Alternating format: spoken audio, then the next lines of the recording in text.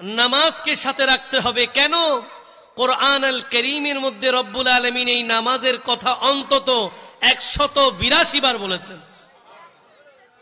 একবার দুইবার নয়, কতবার? যাকাতকে সাথে নিয়ে একটু জোরে বলেন সুবহান।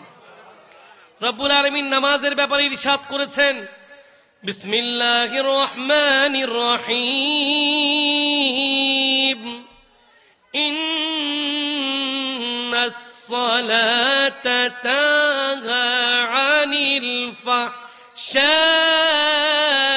ওয়াল মুনকার। সুবহানাল্লাহ পড়েন। রব্বুল আলামিন এলান করতে লাগলেন, নিশ্চয়ই নামাজ বান্দাকে সকল প্রকার অশ্লীল খারাপ কাজ থেকে মুক্তি দেয়। তাহলে মানুষ ভালো হতে চায়, ভালো হওয়ার 1 নাম্বার সুযোগ হচ্ছে নামাজি হয়ে যান। কি বলেন? মানুষ চাই ভালো হতে, মানুষ চাই হুজুর আমি ভালো হতে চাই, অথচ মুয়াজ্জিন সাহেব দৈনিক 5 বার আজানে অন্তত 10 বার বলে হাইয়া আলাল ফালাহ। বান্দা তুমি কোথায় যাচ্ছ? কি লাগবে তোমার? বলে আমার কল্যাণ লাগবে। মুয়াজ্জিন সাহেব বলে হাইয়া আলাল ফালাহ, কল্যাণের দিকে আসো। কি বলেন, ঠিক কিনা? কিন্তু সেই নামাজ আমরা ছেড়ে দিয়েছি। সেই নামাজকে আমাদের সাথে রাখতে হবে। উলামা ইকরাম উপস্থিত, কাল কিয়ামতের ময়দানে আল্লাহর নবী যখন সুপারিশ করবেন, সুপারিশের একটা প্রসেসিং আছে না নাই? একটা নীতিমালা আছে না নাই? এমনি যাকে তাকে কি সুপারিশ করে ফেলবে? না না, ওটারও একটা প্রসেসিং। এই সুপারিশের একটা প্রসেসিং হচ্ছে গুররুল মুহাজ্জিলিন। কাল কিয়ামতের ময়দানে নবীর এমন অনেক উম্মত থাকবেন যাদের মুখমণ্ডল নূরের আলোতে আলোকিত হবে, যাদের হাত নূরের আলোতে আলোকিত হবে। অসংখ্য বান্দাদের মধ্যে তাদেরকে নবী খুঁজে নিয়ে তাদের জন্য সুপারিশ করবেন। কাদের চেহারা আলোকিত হবে, কাদের হাত আলোকিত হবে? নবী বলেন, দুনিয়ার জমিনে যারা নামাজকে যত্ন করেছেন, নামাজ পড়ার জন্য অজু করেছেন, অজুর পানি চেহারায় লেগেছে, অজুর পানি হাতের মধ্যে লেগেছে, যেখানে যেখানে অজুর পানি লাগে কাল কিয়ামতের ময়দানে ওই অঙ্গ প্রত্যঙ্গ আল্লাহর কুদরতের ইচ্ছায় আলোকিত হয়ে যাবে।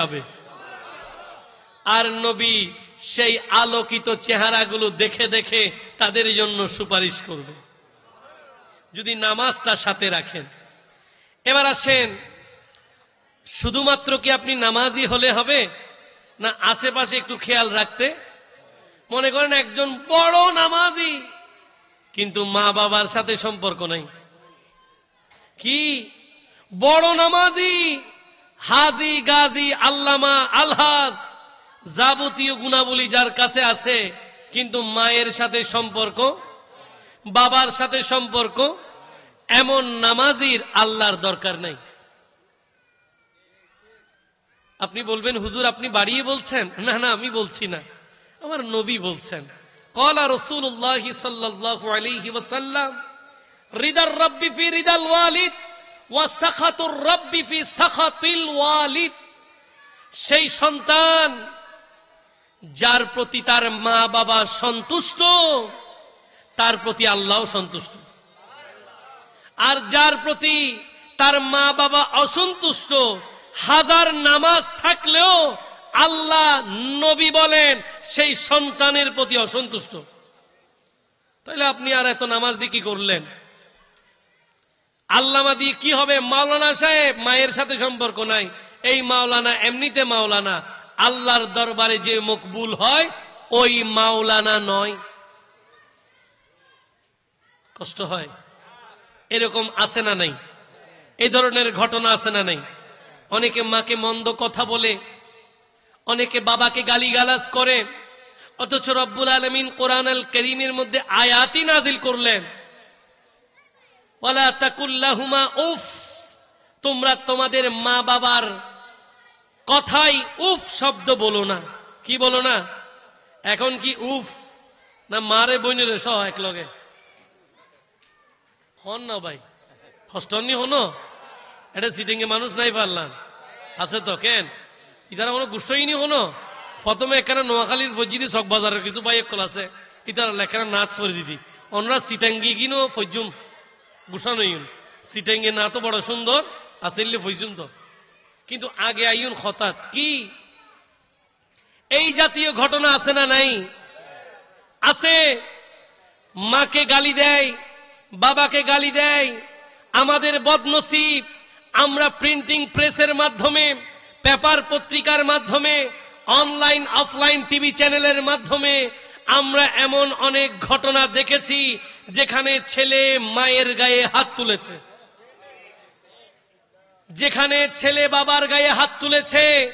এমন অনেক নেককার ঘটনা আছে যেখানে মানুষ মারা যাওয়ার সাথে সাথে যত দ্রুত সম্ভব তাকে দাফন করার কথা ইসলামী শরীয়তে বলে।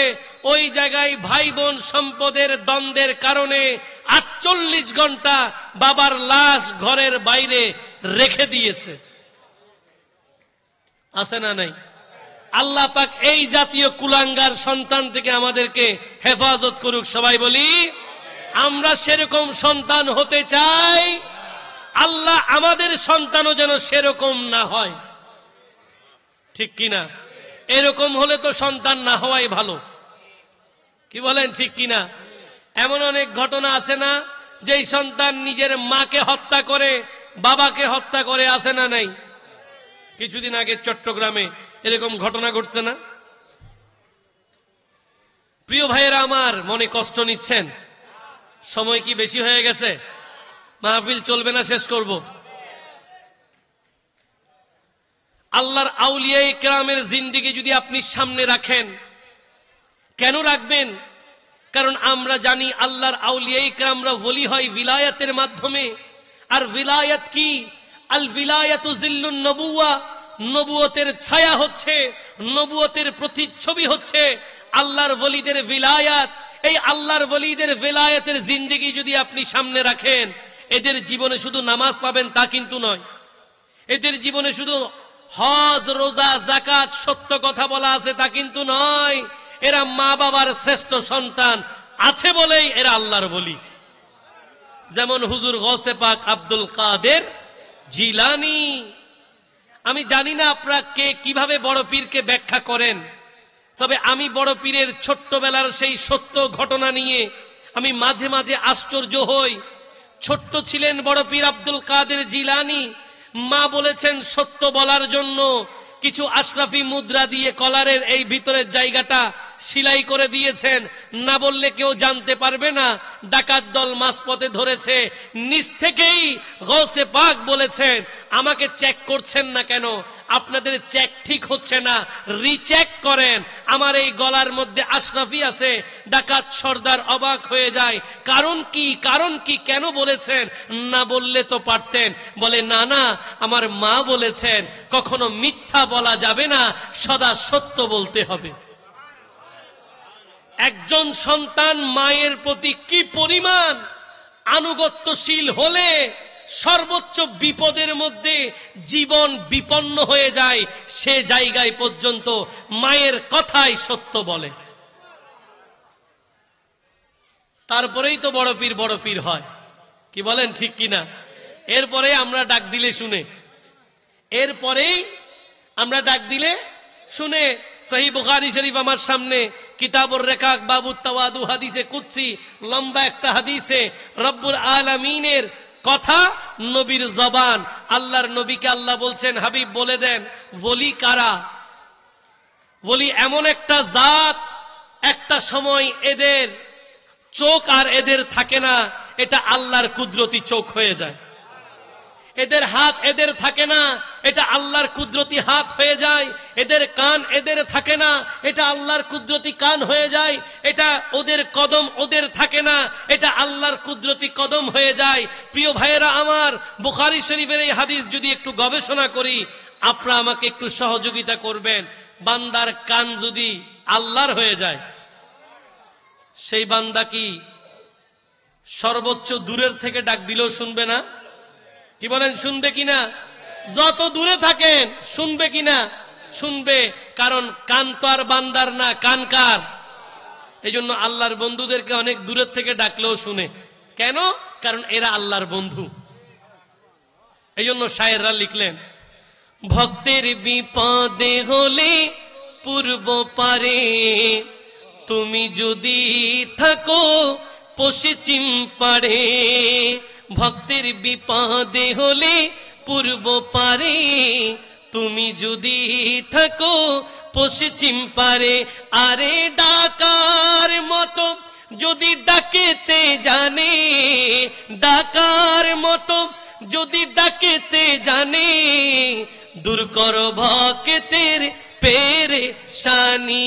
বলো হে আব্দুল কাদের নি, বলো হে আব্দুল কাদের। একটু জোরে বলেন না সুবহানাল্লাহ। ভক্ত যেখানেই থাক, মুরিদ যদি মুরিদের মতো হয়, ডাক দিলে আল্লাহর হুকুমে গৌসে পাক শুনে। এতে আমাদের অন্যান্য ভাইদের রাগ করার কোনো কারণ নাই ভাই। আমি বলি নাই, বুখারী শরীফের হাদিস, আমার নবী বলেছেন। আমার সাথে হয়তো আমার কথাই আপনি দ্বিমত হতে পারেন, কিন্তু আল্লাহর কথাই, নবীর কথাই দ্বিমত হলে ঈমান থাকে না। কি বলেন, ঠিক কিনা? রাগ করলেন?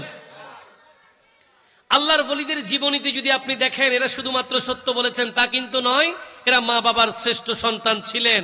যেমন হুজুর বায়েজিদ বোস্তামি, ঠিক কিনা? ঘটনা অনেক পুরাতন, আপনারা জানেন। আমি শুধুমাত্র আলোচনাটাকে একটু প্রাণবন্ত করার জন্য আপনাদেরকে মনে করিয়ে দিচ্ছি, স্মৃতিপটে একটু আঘাত করতে চাই। মা একদিন হঠাৎ শীতের রাতে বলছিল যে সন্তান একটু পানি লাগবে। সন্তান মায়ের এই হুকুম পালন করার জন্য দিওয়ানা হয়ে গেছেন। ঘরের কলসিতে পানি নাই, দূর দূরান্তে গিয়ে পানি সংগ্রহ করে আসার পরে দেখে মা আবার ঘুমিয়ে গেছে। মায়ের কষ্ট হবে বলে মাকে আর ডাকে নাই। কিন্তু আজকে অনেক সন্তান আছে, মায়ের রাতের প্রেসারের ওষুধ শেষ, শীতের রাতে বের হচ্ছে না, মাকে বলে কালকে খাইও। আছে না নাই? এরকম অনেক সন্তান ওষুধে অবহেলা করার কারণে আল্লাহর হুকুমে অনেক মা বাবা ইন্তেকালও করছেন। এরকম ঘটনা আছে না নাই? শুধু আলসেমির কারণে। কিন্তু হুজুর বায়েজিদ বোস্তামি, মা ঘুমিয়ে গেছে, মাকে ডাকে নাই, ও মা উঠো পানি খাও আমি আবার ঘুমাবো, সেটা বলে নাই। হুজুর বায়েজিদ বোস্তামি সারা রাত ওই পানির গ্লাস ধরে মায়ের সামনে দাঁড়িয়ে আছেন। ফজরের আজান যখন মায়ের কানে, মা যখন জাগ্রত হয়ে ঝাপসা চোখ দিয়ে সন্তানকে দেখলেন, হঠাৎ করে বুঝতে পারলেন গভীর রাতে সন্তানের কাছে পানি চেয়েছিলাম, আমি মায়ের কষ্ট হবে বলে আমার সন্তান আমাকে ঘুম থেকে ডাকে নাই। আল্লাহ, আমার আর পানির তৃষ্ণা নাই, আমার মনের তৃষ্ণা মিটে গেছে, তুমি আমার সন্তান বায়েজিদকে যুগের শ্রেষ্ঠ আল্লাহর ওলি বানিয়ে দিও। আল্লাহর ওলি বায়েজিদ ওলি হয়েছে কিনা একটু জোরে বলেন না। একদিনের আনুগত্য, একদিনের, মাদের দোয়া যেরকম একদিনে লেগে যায়, একদিনে বদদোয়াও লাগে। এরকম আছে না নাই? অনেক সন্তান মায়ের বদদোয়ায় খারাপ মৃত্যু পেয়েছে, এরকম অনেক আছে। এজন্য মা বাবাকে কষ্ট দেওয়া যাবে। শায়েররা লিখলেন, আল্লাহর ওলি বায়েজিদের বিরল ঘটনা, মায়ের সেবাই ছিল একটি উত্তম নমুনা। আল্লাহর ওলি বায়েজিদের বিরল ঘটনা, মায়ের সেবাই ছিল একটি উত্তম নমুনা। ছেলের জন্য দোয়া করলেন, ছেলের জন্য দোয়া করলেন, মায়ে দোয়া তুলে, মা কেন এত দামি কলে, ও মা কেন কলে, বাবা কেন এত দামি কলে। জানতো যদি পড়তো দেখে কোরআনে হাদিস খুলে, জানতো যদি পড়তো দেখে খুলে, একটি গজের সওয়াব মিলে, একটি গজের সওয়াব মিলে, মাকে একবার দেখিলে, মা কেন জানে না সকলে, বলো বাবা কেন। একটু জোরে বলেন না সুবহানাল্লাহ। তাহলে মা বাবার মনে কষ্ট দেওয়া যাবে? রহমাতুল্লিল আলামিন যে নবীকে ভালোবেসে চকবাজারের ব্যবসায়ী বন্ধুরা আজকের আয়োজন করলেন, সে নবীর জীবনী দেখেন। একদিন আল্লাহর নবী দরবারে রিসালতে বসে আছেন, সাহাবায়ে কেরাম আছেন সাথে। হঠাৎ করে একজন মহিলা আগমন করলেন, নবীজি দাঁড়িয়ে গেলেন, নিজের গায়ের চাদর মোবারক বিছিয়ে দিলেন, বসতে দিলেন, কথা বললেন নবীজি। সাহাবায়ে কেরাম আশ্চর্য, যার জন্য কুল কায়নাত দাঁড়িয়ে যায়, ওই নবী আবার কোন মহিলার জন্য দাঁড়িয়ে গেলেন? মহিলার সাথে কথা শেষ, চলে গেল। সাহাবায়ে কেরাম জিজ্ঞাসা করলেন, ইয়া রাসূলুল্লাহ, আপনার জন্য সবাই দাঁড়িয়ে যায়, আপনি কার জন্য দাঁড়ালেন? নবীজি বললেন, উনি হচ্ছে কে জানো? উনি হচ্ছেন আমার দুদুমা হালিমাতুস সাদিয়া রাদিয়াল্লাহু তাআলা আনহা। একটু জোরে বলেন না সুবহান। এটা উম্মতকে শিক্ষা দিয়ে দিলেন, উম্মত কোনদিন মা বাবাকে কষ্ট দেওয়া যাবে, সর্বোচ্চ সম্মান করতে হবে। তাহলে আপনি যদি আপনার জীবনকে সাজাতে চান, মা বাবার অনুগত হতে হবে। নামাজ তো আছে, রোজা তো আছে, হজ তো আছে, যাকাত তো আছে, সেই সাথে মা বাবার বাধ্য সন্তান। এবার আসেন ব্যবসায়ী বন্ধুরা, নামাজও আছে, রোজাও আছে, হজও আছে, যাকাতও আছে, সত্য পথে আছেন, সব ঠিক, মা বাবাও ঠিক, কিন্তু আপনার ব্যবসা ঠিক নাই। কি ঠিক নাই? ব্যবসা ঠিক নাই। আপনি নেওয়ার সময়, কেনার সময় ওজনে বরাবর নেন, বিক্রির সময় ওজনে কম দেন। নেওয়ার সময় বরাবর আর বিক্রির সময় কম দেন। আপনি কি মনে করছেন আপনি এটা দিয়ে আশেকে রসুল হতে পারবেন? আল্লাহর নেক বান্দা হতে পারবেন? আপনি হয়তো জানেন না, ব্যবসায়ী বন্ধুদের যেমন নেয়ামতের কথা আছে, তেমন এদের ধ্বংসের কথা, গজবের কথা বলে আল্লাহ কোরআন আল কারীমে একটা সূরার নাম দিয়েছেন, সূরা তাতফিফ। কি নাম? একটু বলেন তো, সূরা তাতফিফ কি নাম? একটু বারবার মনে করিয়েন, কারণ অনেকে ব্যবসায়ী আছে তো।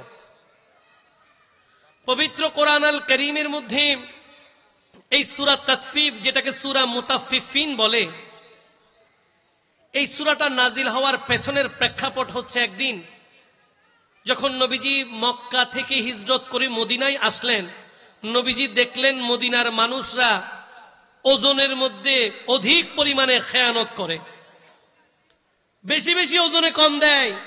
বিশেষ করে একজন লোক ছিল, যার কথা ইমাম আলা হযরত তাফসিরে কানজুল ঈমানে এনেছেন, যে আল্লাহর নবী হিজরতের পরে মদিনায় গিয়ে আবু জুহাইনা নামক একজন ব্যক্তিকে দেখছেন, যে এমন ব্যবসায়ী ছিল, ওজনের মধ্যে এমন কাটছুপি করত যে তার কাছে পাল্লা ছিল দুইটা।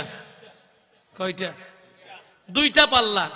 নেওয়ার সময় একটা, দেওয়ার সময় আরেকটা। নেওয়ার সময় ঠিক নিত, দেওয়ার সময় কম দিত। চকবাজারের মধ্যে মনে হয় এরকম ব্যবসায়ী নাই। যদি থাকে, আমি বলবো আজকের এই মাহফিল থেকে শিক্ষা নেওয়া উচিত। কি বলেন, ঠিক কিনা?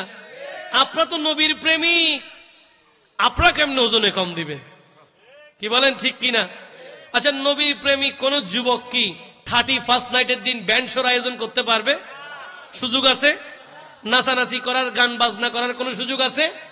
ইংরেজি নববর্ষকে বরণ করার নামে বেহায়াপনায়, অশ্লীলতায় নারী পুরুষ অবাধ মেলামেশা করার, বারবিকিউ পার্টি, বিবিকিউ পার্টি ছাদের মধ্যে করার সুযোগ আছে? না, আপনি এটা করতে পারেন না। আপনি তো আশেকে রসুল। কি বলেন, ঠিক কিনা? সাইনবোর্ড যখন নিছেন, একটু আমলও তো করতে হবে। কি বলেন, ঠিক কিনা? আমি আজকের চকবাজারের ভাইদেরকে আমার এই আলোচনায় একটু সম্পৃক্ত করতে চাই। প্রিয় বন্ধুরা আমার, আপনারা কেউ মাছ বিক্রি করেন, কেউ মুদির দোকানের মালামাল বিক্রি করছেন, কেউ বা আবার গরুর মাংস বিক্রি করেন, কেউ বা আবার মুরগি ওজন করে বিক্রি করেন। ভবিষ্যতে আর কোনোদিন দাওয়াত না দিলেও কোনো অসুবিধা নাই, কিন্তু এই আলোচনা শোনা দরকার যে আপনি যখন মুরগি ওজন করেন, এ পর্যন্ত অনেক জায়গায় আমরা মিডিয়াতে দেখেছি যে নিচে একটা শিল লাগানো থাকে। কি থাকে? নিচে একটা শিল লাগানো থাকে। মুরগি হচ্ছে 1 কেজি 200 গ্রাম, দেখাচ্ছে 1.5 কেজি। আছে না নাই? একখানা যদি মাথা একখান চিন্তা করি চাইলে ওই C+ টিভি নিউজ আছে, জামাল খান মোরতের লোক ঘটনা আছে, মুরগিওয়ালা ফিসুদি সিল লাগাই দিয়ে ব্যবসা করে। আচ্ছা মনে করেন এরা কি আসলে আপনাদেরকে ঠকাচ্ছে? ঠকে যাচ্ছে এরা কি? এবার আসেন প্রিয় ভাইয়েরা আমার, ব্যবসায়ীরা যদি ওজনের মধ্যে পরিমাপে কারচুপি করে, ওজনে কম বেশি করে, কোন মুফতির কাছে ফতোয়া নেওয়ার জন্য যেতে হবে না। হুজুর আমার বিচার কি, এটা জিজ্ঞেস করার দরকার নাই। স্বয়ং আরশের মালিক, আসমান ও জমিনের মালিক সেটার সিদ্ধান্ত দিয়ে দিয়েছেন। কোরআন আল কারীমের মধ্যে রব্বুল আলামিন এলান করলেন, বিসমিল্লাহির রহমানির রহিম, ওয়াইলুল লিল মুতাফফিফিন। সুবহানাল্লাহ বলবেন না, তারা গোসা হয়ে যাবে। সুবহানাল্লাহ হয়তো অষ্টম কোনো কথাই দরকার নাই। পারলাম কোরআন শরীফের তিলাওয়াত শুনতে ভালো লাগে না খারাপ লাগে? বিসমিল্লাহির রহমানির রহিম, ওয়াইলুল লিল মুতাফফিফিন আল্লাযীনা ইযা ইকতালু আলান নাসি ইয়াস্তাওফুন ওয়া ইযা কালুহুম আও ওয়াযানুহুম ইউখসিরুন। জোরে বলেন না সুবহান। রব্বুল আলামিন হাকিমুল হাকিমিন পবিত্র কোরআন আল কারীমের সূরা মুতাফফিফিন 83তম সূরার প্রথম 3টি আয়াত, যারা ব্যবসার মধ্যে ব্যবসায়িক পণ্যে ওজনে কম বেশি করে এদের সিদ্ধান্ত দিয়েছেন। আল্লাহ বলেন, ওয়াইলুল লিল মুতাফফিফিন, তারা ধ্বংস হোক যারা ওজনে কম বেশি করে। কে বলেছেন? আল্লাহ বলছেন কি হোক? ওয়াইলুন লিল মুতাফফিফিন, সে সকল ব্যবসায়ীরা ধ্বংস হোক, অভিশাপ তাদের জন্য যারা ওজনে কম বেশ করে। তাহলে সিল থাকলে এখন খুলে ফেলেন, কারণ এই ওয়াজের পরে মাইট ডাবল। ওয়াজের পরে কি আগে একটা বলার সুযোগ ছিল, হুজুর তাতফিফ তো নামও শুনি নাই, সূরা মুতাফফিফিন আছে এটা জানতাম না। আল্লাহ বলবেন, তুমি তো হেদায়েতের পথে, আমি তোমাকে কবুল করেছি। তোমার ব্যবসায়িক টাকা দিয়ে চকবাজারের ব্যবসায়ী বৃন্দের আয়োজনে নবীর প্রেমে যে ঈদে মিলাদুন নবীর মাহফিল করছো, এখান থেকে তোমার জন্য হেদায়েতের রাস্তা আমি খুলে দিয়েছি, তুমি চাইলেই পরিবর্তন হতে পারবে। আল্লাহ বলেন ধ্বংস হোক সে সকল ব্যবসায়ীরা যারা ওজনে কম বেশ করে। তারা কিরকম? আল্লাহ বলেন, আল্লাযীনা ইযা ইকতালু আলান নাসি ইয়াস্তাওফুন, এরা যখন কারো কাছ থেকে মালামাল কিনে তখন ঠিক মতো বুঝে নেয়, বরাবর ওজন করে নেয়। ওয়া ইযা কালুহুম আও ওয়াযানুহুম ইউখসিরুন, যখন অন্যকে মেপে দেয়, যখন অন্যকে ওজন করে দেয়, যখন ক্রেতার কাছে বিক্রি করে তখন ওজনে কম দেয়। সবাই একই আওয়াজে বলেন নাউযুবিল্লাহ। একটু জোরে বলেন নাউযুবিল্লাহ। তাহলে ওজনে কম দেওয়া যাবে? যাবে। চকবাজারের ব্যবসায়ীরা তো একদম দিতে পারবে না। কেন? কারণ তারা তো আশিকে রাসূল। কি বলেন ঠিক কিনা? আর এর পরেও যদি যারা করে থাকেন তারা নিজের জীবনটাকে নিয়ে একটু অ্যানালাইসিস করবেন, গবেষণা করবেন, আসলে কি আপনি সুখী? ভুল। হারামের টাকা দিয়ে কেউ কোনোদিন সুখী হতে পারে না, দুনিয়াতেও না আখিরাতেও না। আল্লাহর নবী বলছেন, লা ইয়াদখুলুল জান্নাতা বিল জাসাদ গুযিয়া বিল হারাম, যেই শরীরকে হারাম খাওয়ানো হয়েছে ওই শরীর জান্নাতে প্রবেশ করবে। তাহলে এত টাকা দিয়ে লাভটা কি হলো? এত ব্যবসা দিয়ে আর কি লাভ হলো যদি নবীর সুপারিশে না পান, নবীর জান্নাতেই যেতে না পারেন? কি বলেন ঠিক কিনা? আর যারা ব্যবসার জায়গায় ব্যবসা ঠিক রাখবে, সাথে সাথে চাকুরির জায়গায় চাকুরি ঠিক রাখবে, দৈনন্দিন জীবনে কোরআন আল কারীমের তিলাওয়াত করবে। রব্বুল আলামিনের হাবিব রাহমাতুল লিল আলামিন বলেছেন, ইকরাউল কোরআন ফাইন্নাহু ইয়াউমাল কিয়ামাতি শাফিআন লি আসহাবি। ও আমার উম্মতেরা, তোমরা কোরআন শরীফ তিলাওয়াত করো। কেন? কারণ কাল কিয়ামতের ময়দানে কোরআন তোমাদের জন্য সুপারিশ করবে। যাদের সাথে কোরআন আছে, যাদের সাথে নামাজ আছে, যাদের সাথে রোজা আছে, যাদের সাথে হজ আছে, যাদের সাথে যাকাত আছে, যাদের জীবন সত্যের উপরে কায়েম হয়েছে, যারা আল্লাহর নবীর আদর্শে আদর্শিত হয়েছে, কাল কিয়ামতের ময়দানে তারা নবীর সুপারিশ পাবে। কি পাবে? তারা সেদিন সেখানে অভিভাবকহীন হবেন না, তারা সেদিন সেখানে লাওয়ারিস হবেন না। এই জন্য আমরাও সেদিন অভিভাবক চাই কিনা, নাকি লাওয়ারিস হয়ে কিয়ামতের ময়দানে উঠতে চাই?